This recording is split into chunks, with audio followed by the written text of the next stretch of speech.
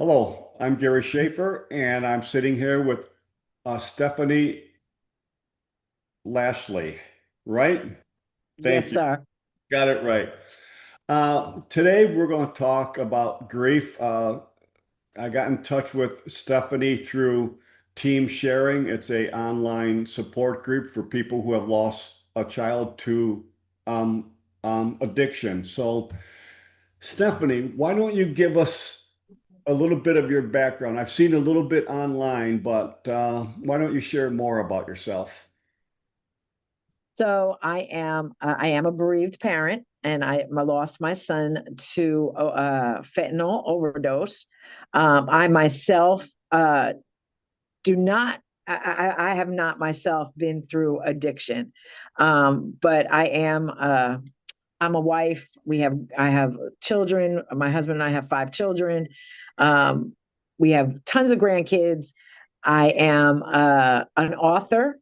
I am a pastor. My husband and I own a boxing and martial arts gym. I know that doesn't kind of fit together, but we People do. vent there though, right? Yeah. And then we also have a nonprofit for at-risk youth, which we've had for years, even before my son passed. So we work very heavily with at-risk youth as well. And I've been a grief coach now for a while. I've been working with mothers with an organization that I coined, Mothers of Angels Nearby. And because I lost my son, I feel like this purpose came through my pain. And so I work with a lot of moms who have lost children, and not just children to addiction, but a lot of children. But I find a lot of people have lost children to addiction.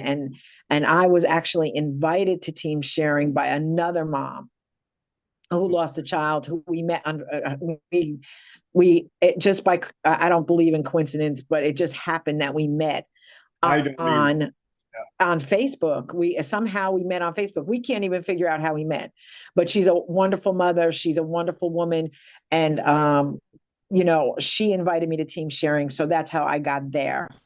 I have been. I don't know. I'm an administrator. I'm so many things, but and again, I am an author. So, speaker, that kind of stuff. I do all that kind of stuff. Great. Now, how long has it been since your son passed? So my son passed in 2016.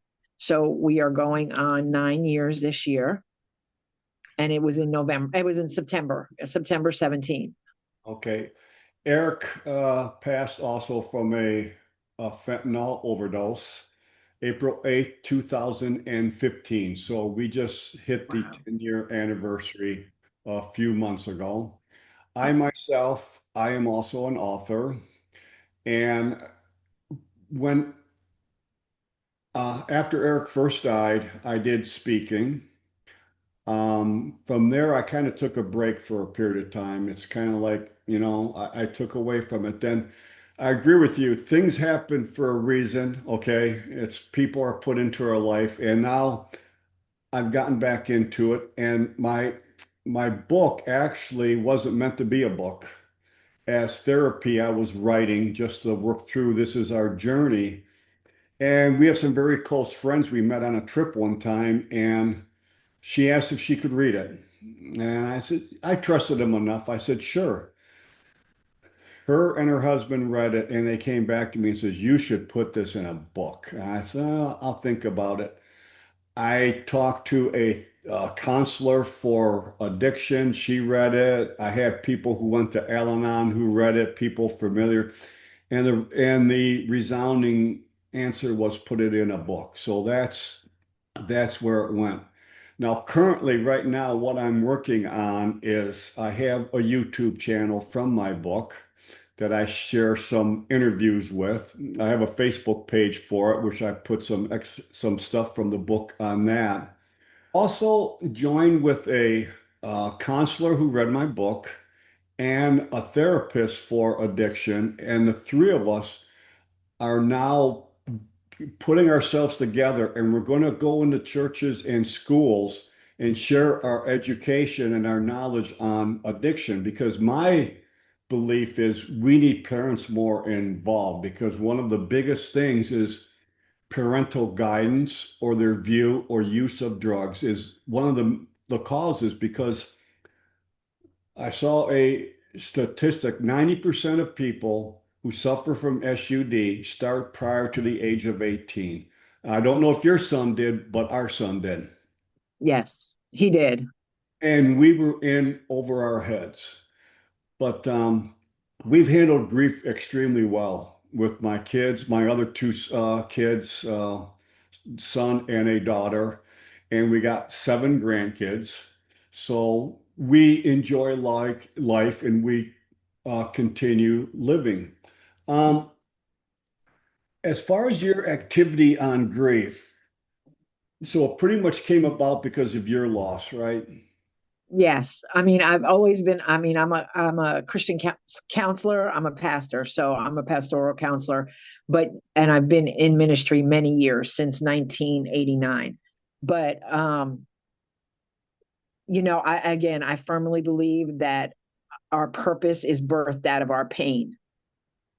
And um as difficult as it was to lose my son, he was my baby. He was 23 years old. I believe that God had a greater purpose in it. It's not probably the purpose it was definitely not the purpose I would have picked for sure. But Exactly.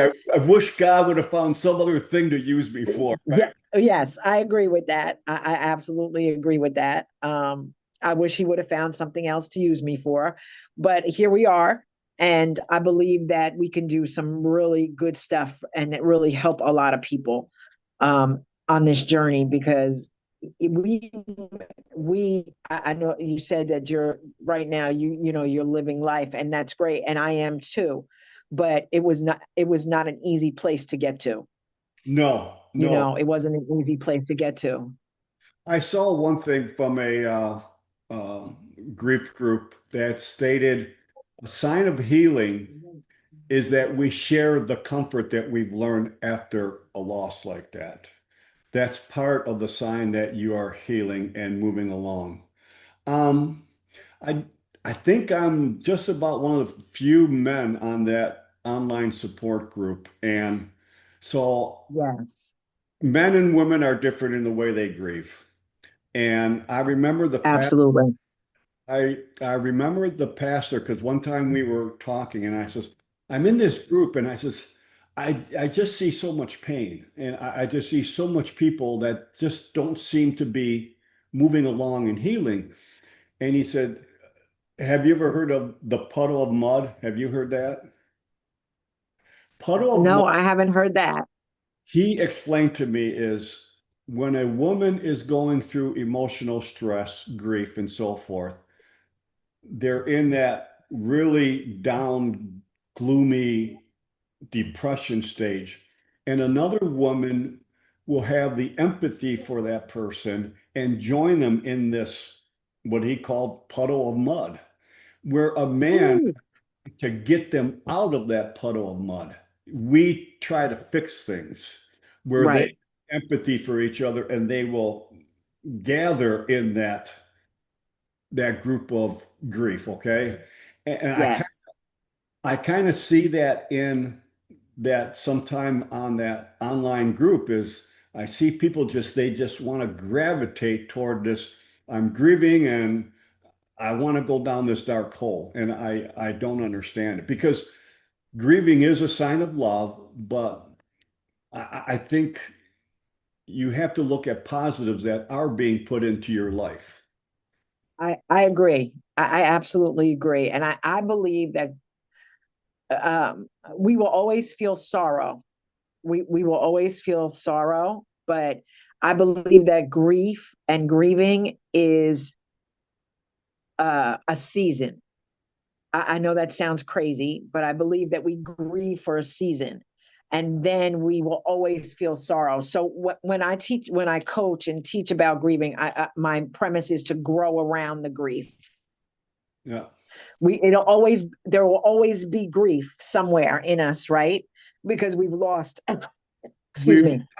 never be the same. Right. We'll never be the same. That's correct.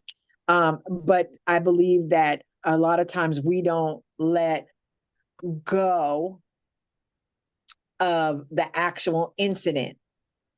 We want to hold on to that actual day. And that's where a lot of times we get stuck. And then to what you were saying about the puddle of mud, women, you're right, men and women grieve totally differently because you guys are fixers, right? Yeah. So, but women, um, like quote unquote girlfriends, right? They will empathize with you. Women will empathize with you, especially when you've been through the same thing. Yeah. And sometimes what happens is I see it a lot too, that in not just in that in one group, but in a lot of groups, if there's something comforting for the women to know that someone else understands the heartbreak Yeah. and is there with you so people can give you sympathy all day long and say, I'm sorry for your loss, I'm sorry for your loss, but until you've been in that spot as a grieving mother, it's like, and I'm not saying it's any different, or I'm not saying it's any it's not a competition between man and woman. It's not, because my husband grieved terribly over the loss of our son, but he just handled it differently because you're men. So you handle things differently than we do. And it's not always an outward show, where women have this, we wear our emotions on our sleeves and men tend to not. So I certainly understand and get why they go down that rabbit hole, because there's something comforting about knowing you're not the only person going through this, and you're not the only person feeling the way you feel. Because when you lose a child, we feel things that other people who lose other people don't feel. Correct. We feel all kinds of stuff, Yeah.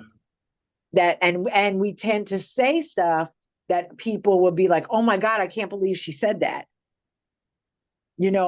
But that's how we feel. And the other part of grief is, I don't think people are never taught how to handle emotion. We're taught how to handle money, we're taught how to handle households, we're taught how to do jobs, but we're never taught how to handle our emotions. And so when grief comes and it's so heavy, we don't know what to do with it. Yeah. We don't know what to do with it. We we don't. I've said before, to me, now I'm gonna ask you after I get through this. I look at two different things handling grief. The time versus progress. Okay. It's like sometimes I wonder if people use time as an excuse not to move forward because they say, I grieve at my own pace.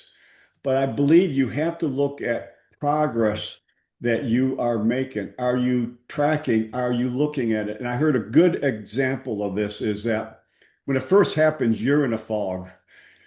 You don't want to leave the Absolutely. house. I mean, you don't want to associate. You pretty much you can cut yourself off. After a period of time, you you can get outside and it's a cloudy day. It's difficult, but you can function to a degree. After that point, as you progress along, you will have spurts of sunshine. There'll be pleasant things in your life that comes up. For me, it was my grandkids or watching them Yeah. play or going someplace that was important to me and my wife, okay? Yeah.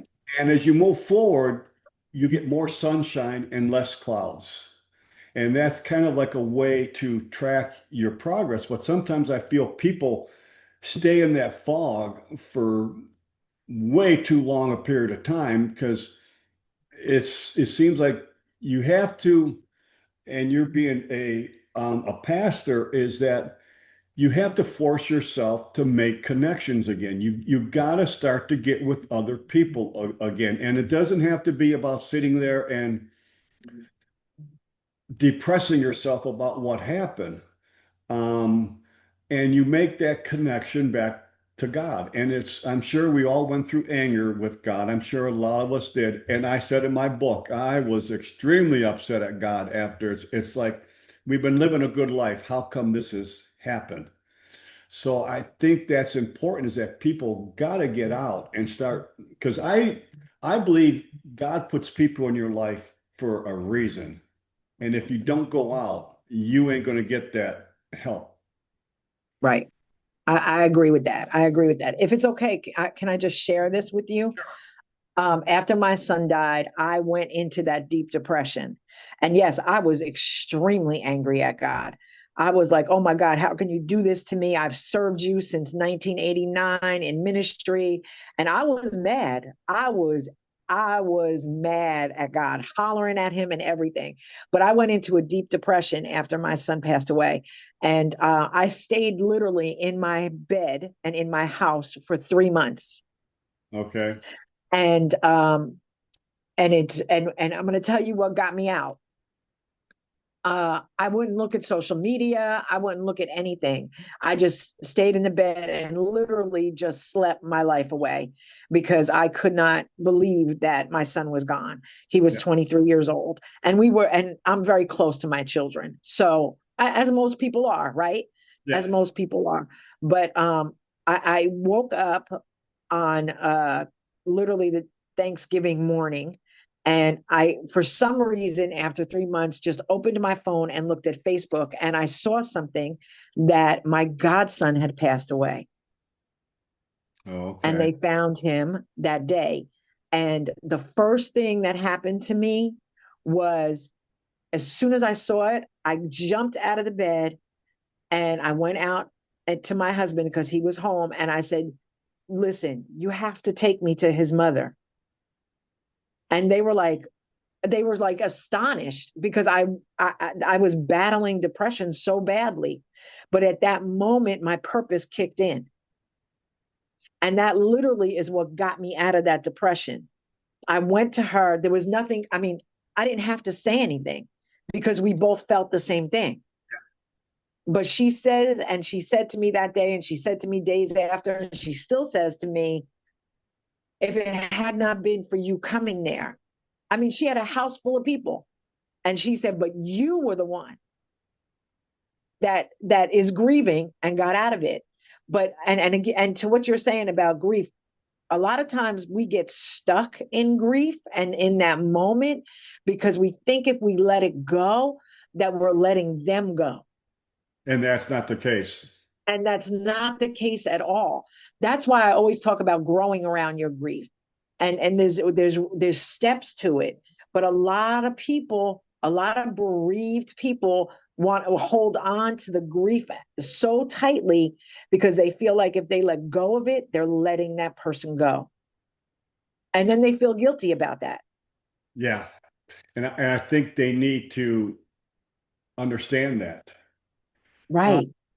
what what and I'm sure you've seen it in your grief groups that you work with. How do you handle a person who you can truly recognize that they're stuck and they've been at that point for a period of time? So I start when I work with people, I start with basic, simple questions. I say, when I meet with somebody or with a group, I ask them, we go around the room and I say, so what went well for you this week? Simple, right? Just Yeah. what went well for you this week? And I said, I really want y'all to think about it. Find something that went well for you this week because everybody has something that went well. Yeah. Okay. And then I say to them, okay, now what didn't go well for you this week? And as they share, then we build upon, okay, that didn't go well. So let's see. Let's talk about that for a minute. Tell me why. Tell me why it didn't go well. Tell me where you're feeling. So what I try to do is gently move them from step to step. And I want to say this: people have this concept that grief has 5 stages, right? Yeah. Because that's what Kubler told us, Yes. right? She told us that grief has 5 stages, but a lot of people, what they don't understand is she came up with those 5 stages of grief for people that were dying, not for people that have lost somebody. She came up with those stages for people that were terminally ill and dying and what they were going through. I was not aware of that. That's an Yeah. interesting fact. Yes. Uh, yep. And so a lot of times we grab hold to something, right? And we say, well, I'm going through this stage and I'm going through this stage. But the truth of the matter is, grief is everywhere. There's no stage. Grief is not a step stool. Grief is linear. You understand what I'm saying? It's not like, oh, I finished stage one. I'm good now. I went past anger. It doesn't work like that. Because after, and I'm sure you can attest to this. I mean, after 9 years, something inside of me, something might trigger my grief, and I'll be angry again, Yeah. Yeah. maybe for a hot minute instead of holding it. But a lot of times, what I try to do is take what didn't go well or take where they are and try to help them to find something that can move them a little forward. And like you said, progression, we have to recognize the little progress. Maybe you like for me, 3 months, right? 3 months I laid in that bed and cried and cried and cried. But then when somebody needed me, You were that there. I was there for that. And it was just, and it doesn't happen for everybody, but that was progression for me. I had not left the house in 3 months. Yeah. And yes, I left and I went there and I came back. And guess what? I did get back into bed. Right. But then when I realized, oh my God, I literally got out the house. Now I could take it step at a time. So sometimes we just have to say, let's take little steps. And when I talk to my people, I often use this adage: how do you eat an elephant? A little bit at a time. One piece at a time, because it's so big that Yeah. you cannot eat a whole elephant, right? Or I do the boulder thing. Grief is like a boulder. We cannot lift a boulder off of us because it's too heavy, but we can chip it away a little piece at a time. So we can't expect people that are grieving especially in our situation, and it's any grief really. I mean, I work with people that grieve husbands and mothers and fathers and all kinds of stuff, right? All kinds of people that were close to them in their life. But grief is so heavy, we have to chip away at it. So, like you said, progress, any little progress. It's not a light switch. Like you Correct. just can't flip it. And I think what you just explained, you you are giving them a little bit of um, something went good in their life. And hopefully Right. that kind of opens their eyes that, hey, there is some good in my life for me to live for, you know? And I Correct. think it's a big thing. I think partly too is people have to recognize unhealthiness when you're grieving also. And that could be making poor choices. Some people go to alcohol or gambling or other things to fill something, shopping it could be, anything that maybe make them feel better. Um, but they need to be aware of that. And I think also they need to be aware that they stay in that fog too long. Yes, I agree. I agree with that. And because that fog can turn into victim mentality, and we don't want that to happen, right? We don't want you to, it's not a victim. You're not a victim. Yes, it happened to you, and yes, it was a tragedy, and yes, you'll never get over losing a child, right? We don't get over grief. When people say, oh, get over it, we don't get over it. We get through it, and we live through it, and we grow around it, but we don't get over the loss of anybody. Right. I I I I remember seeing this lady responded because she was in deep grief for a long period of time. Her husband finally came out and said, "You got two other children in your life. You got to start being a mother, a wife. I mean, I understand your grief, but you have to figure out how to still connect with the other loved ones that you have." And I Right. and she said that kind of snapped me out of it that I do have other children here and I got to give them a mother. So, Absolutely. And they're grieving too. You know what? A book I read, The Worst Loss, The Death of a Child. She specifically, the author, I can't think of who it was, brought that up. It says, you have to understand, siblings probably know more about what's going on with that child than you did because of the things Absolutely. they share. So they've known them for their entire life. And that can be extremely difficult. They could be going through grief, and here you are in this cocoon that you're just lost. Yep. And it makes things worse.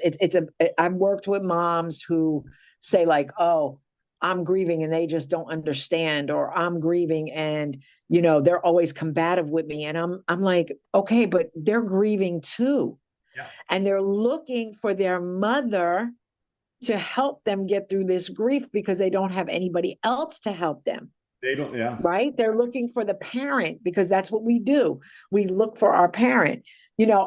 My mom had already passed away, and one of the things when I was grieving was, oh my God, I wish she was here. Because I don't know how to handle this, and I need my mother. yeah, Right?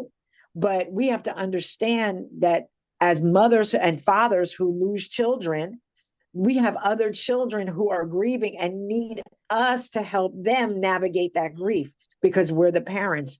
And I know you feel like, oh, I just can't do this because I don't know how to navigate my own grief. But we have to try to be present for them and not because there are so many emotions attached to grief. And the problem is we lump it into one emotion called grief. yeah, And we really need to be able to pick out what the emotion is. Okay, is it guilt? Is it shame? Is it are you guilty because I knew this was happening and I didn't do enough? Like we need to, is it anger? Is it bitterness? Like we have to put the name on the emotion so we can deal with that specific emotion because grief holds a tremendous amount of emotions. yeah. And you made a real good point is that they need a mother. And if you think about it, if they don't have a parent to go to and a father, I mean, it really can be both. But if you don't have that person to go for, what is that sibling going to do to numb their pain? Are they Correct. now making unhealthy choices? Are they now going to alcohol or whatever substance to numb their pain because they have no place to go to talk to anybody? So that's Correct. another critical thing. Um, I like to, Wow. Yep. yep, I like to hit the topic of surprises and holidays and anniversaries. We immediately, Eric died on April. July was his birthday. We actually had a family birthday party for him, and we still do it every year. We have a special candle for him in a nice globe that we light. Um, there's certain things we don't do. Someone said, "Well, why don't you put an empty chair at the table?" We says, "No, that's something we cannot handle, but we can handle putting the candle there as his presence there." So we always do something on the day of his death and on his birthday. But there's those surprises that come up initially at the very beginning. Like I remember my wife and I wanted to take her to this place to eat that I had found, right? So when we pulled in the parking lot next door to it, which I did not recognize, was the drug testing facility that our son used to have to go to. And as soon as she saw that, she goes, can't do it. Get me out of here. Okay. So we turned around and we left. Um, Another thing, Eric was a chef, and there's a store by us, fruits and veggies and meats and everything else. And Eric used to go in there and just like us, this is great. Look at all this stuff. At first, she could not walk into it, but she can now walk into it. I think there's a progression that eventually, if you start to expose yourself a little bit, that brings bad memories. Eventually, I think you start to get used to it and you start to welcome it a little bit, maybe. I don't know. At least it was for us with my wife going into that store. She can now go into the store. She can now do and go places that she couldn't originally after his death. Absolutely. Absolutely. That's huge because like I said, triggers, things will trigger us and take us back to that moment. The thing is that's okay to go back to that moment. We just can't stay in that moment. Yeah. And so for instance, and like you said, the store, right? So my trigger for one of my big triggers was one of them was the gym. Oh, my son and I used to go work out together Okay. every morning. We used to go to the gym every morning and work out. And when he passed, I could not get myself back to that gym. My Yep. husband would be like, "Come on, I'll work out with you. Let's go to the gym." My husband's very athletic, right? So he was like, "Come on, we'll go to the gym together." But when I tried to go and we got there, I was like, "I can't do it. I can't go in. I just can't do it." I just couldn't do it. And then the other part was church, believe it or not. Yes, as a pastor and a minister. At the time I wasn't pastoring, but I was still a minister. And when I went to church, I literally had a panic and anxiety attack Okay. walking into the front door. And my husband was like, "Nope, let's go home." I just because that my baby grew up in that church Yeah. Yeah. and it was just like I'll never go back there. But I somehow managed to take the negative memory and turn it into a positive memory. So, and it's not easy to do, right? It's we have to we are let me say this, our minds are magnificent. Yeah. Okay, our Hey. minds are magnificent, Yeah. and a lot of times we have to push out the negative and bring in the positive. So many things may trigger us. Like my son's favorite restaurant was Outback. I stopped going to Outback for a long time. But then, you know, on one of his anniversaries, I gathered all his friends and I said, "Let's go to Outback." And they were like, "Really, Miss Steph? You want to go?" Like they were like, "Really?" Because they all knew that that was his Yeah. favorite place. But I said to myself, I have to get past this. You know, some people want to stay in their grief, and I get it, but it's not a good place to stay.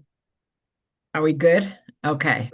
All right. So we were talking about, I believe that we were talking about doing things that, if I can remember, I got a lot of stuff that goes on in my head. So doing things to help us to remember the good and to not be stuck in the bad moments, Right. right? Okay, so when I was talking about Outback, my son loved Outback. And on it, and that was actually one of the last times we had dinner together as a family. We had all gone to Outback. And so what we did was in remembrance, we did a not a memorial, but the second year, I think it was after he passed. The first year that he passed, we did a memorial at his gravesite and a balloon release. And then the second year, what I did was I invited anybody that wanted to come, and we all went to Outback. And so we do stuff like that. And we often keep like those traditions, like we'll go to Outback as a family, or we'll do something that keeps us in the good memories and helps us to move from being stuck. Because it's hard, because a lot of times what happens is the most prevalent memory is that of seeing them as they passed, right? Right. However you discovered them or whatever the case may be for each individual person. And oftentimes that's the memory that sticks in your mind, and you have to fight that memory, because if you don't, then you get stuck there in that day, and it's like Groundhog Day.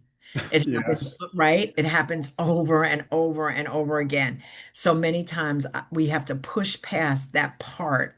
I often, even for myself, and I tell my clients this as well, when I do my grief coaching, that if that memory pops in your head of the moment he passed, or the moment you had to view the body, or the moment that you were called or you found him, because I know that when I was called to come and to letting us know that that something has happened, Right. and when I went there into his apartment, he was already in a body bag, Okay.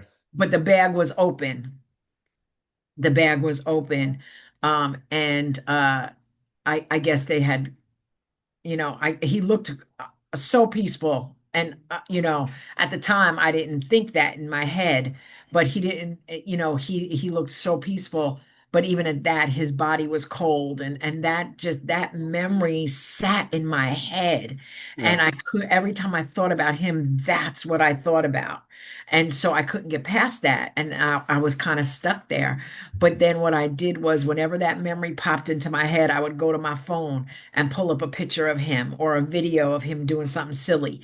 And then what I did was I put a picture of him on my screen as my screensaver so that I wouldn't get stuck in that bad memory. Right. We have on our phone, our screen of savers are those good pictures of him. Right. And you're right. You need to figure a way out to push the negative out because if you don't figure a way to push that out, it's going to be very difficult to be unstuck. Yes, Um, absolutely. And then that memory plays over and over and over again in your mind, and it just keeps you captive to that place. And I'm sure they don't want us to remember them as that. They want us no. to remember them. And I know people mean well when they post on a not a website, but an online forum to a share group to try and help people.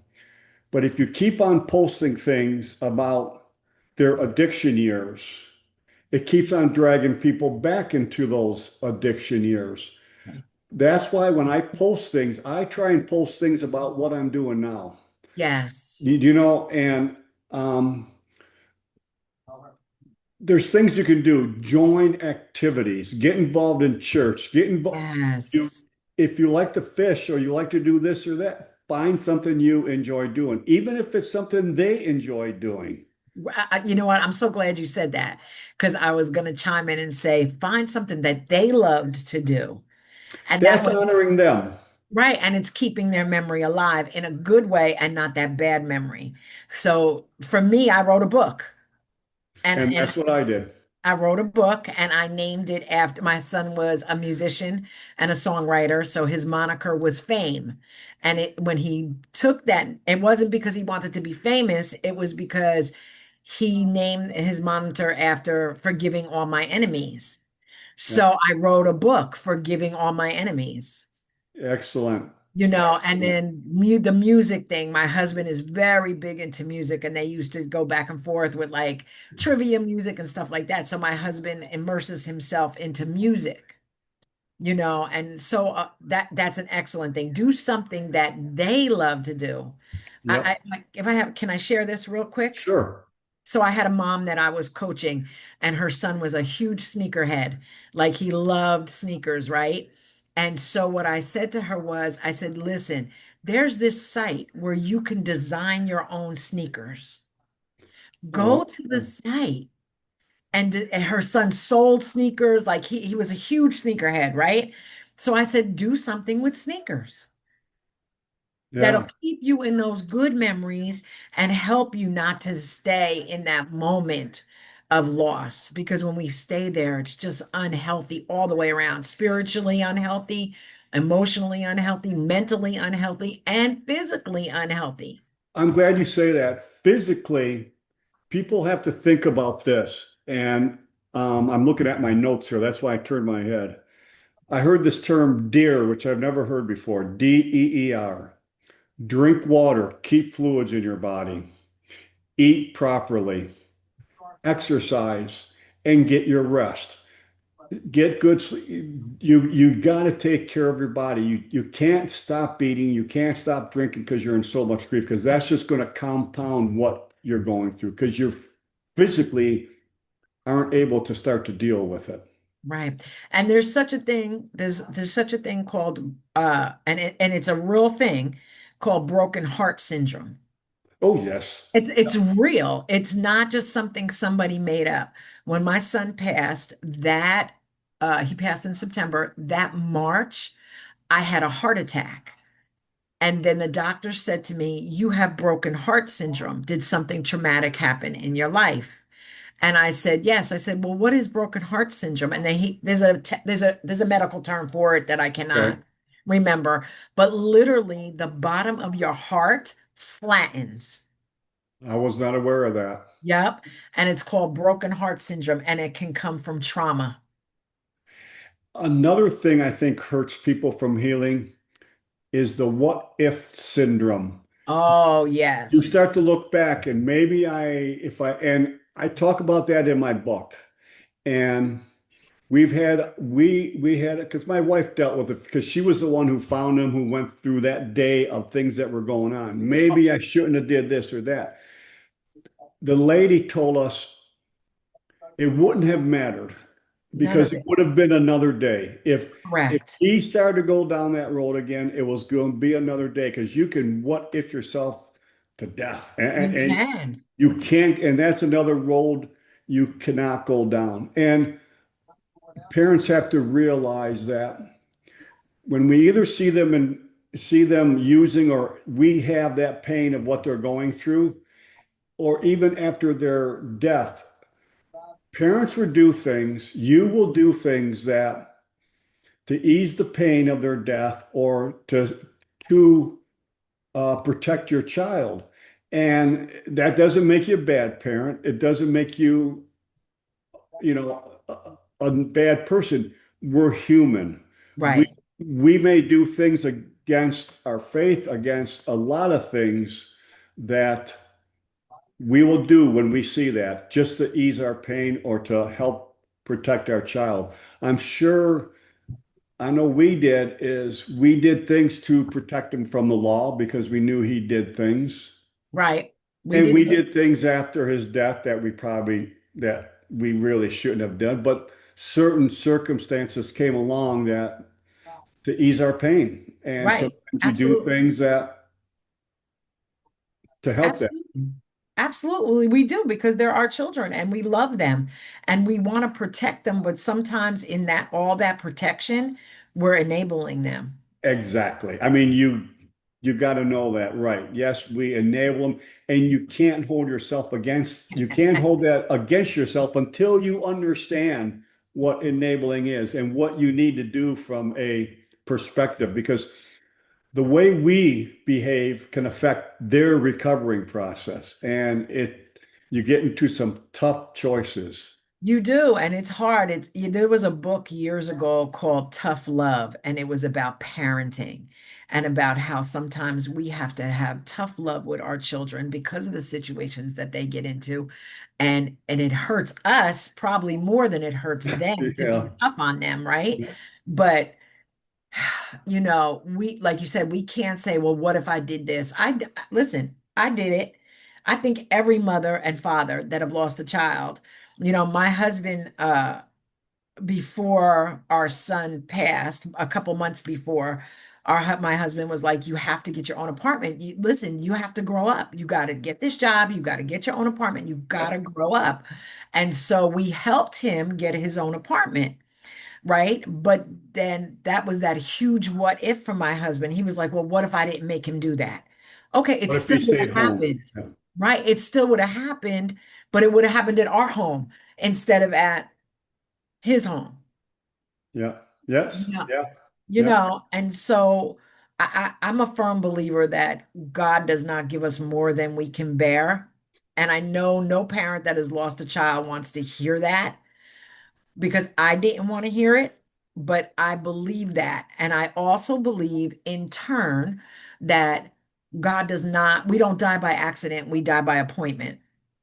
Okay. And that's the word of God tells us that. And we die by appointment. So it's an appointed time that he will allow, for this to happen. Maybe, you know, maybe because and I believe that because sometimes our purpose is really fulfilled by that time. You understand Yeah. what I'm saying?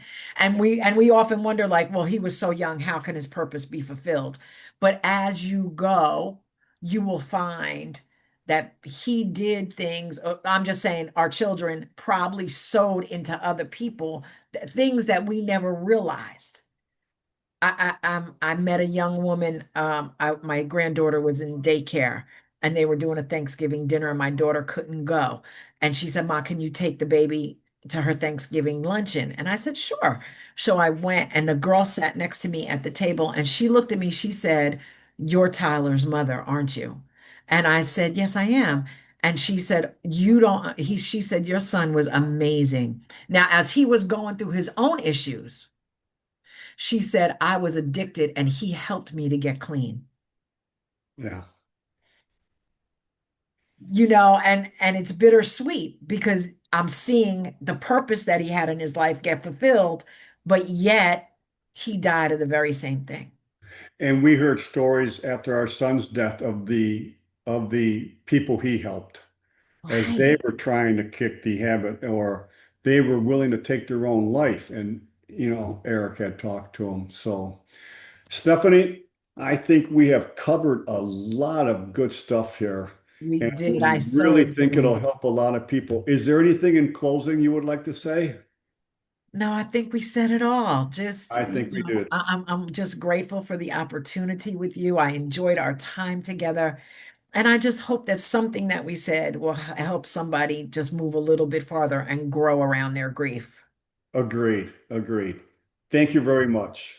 Thank you so much.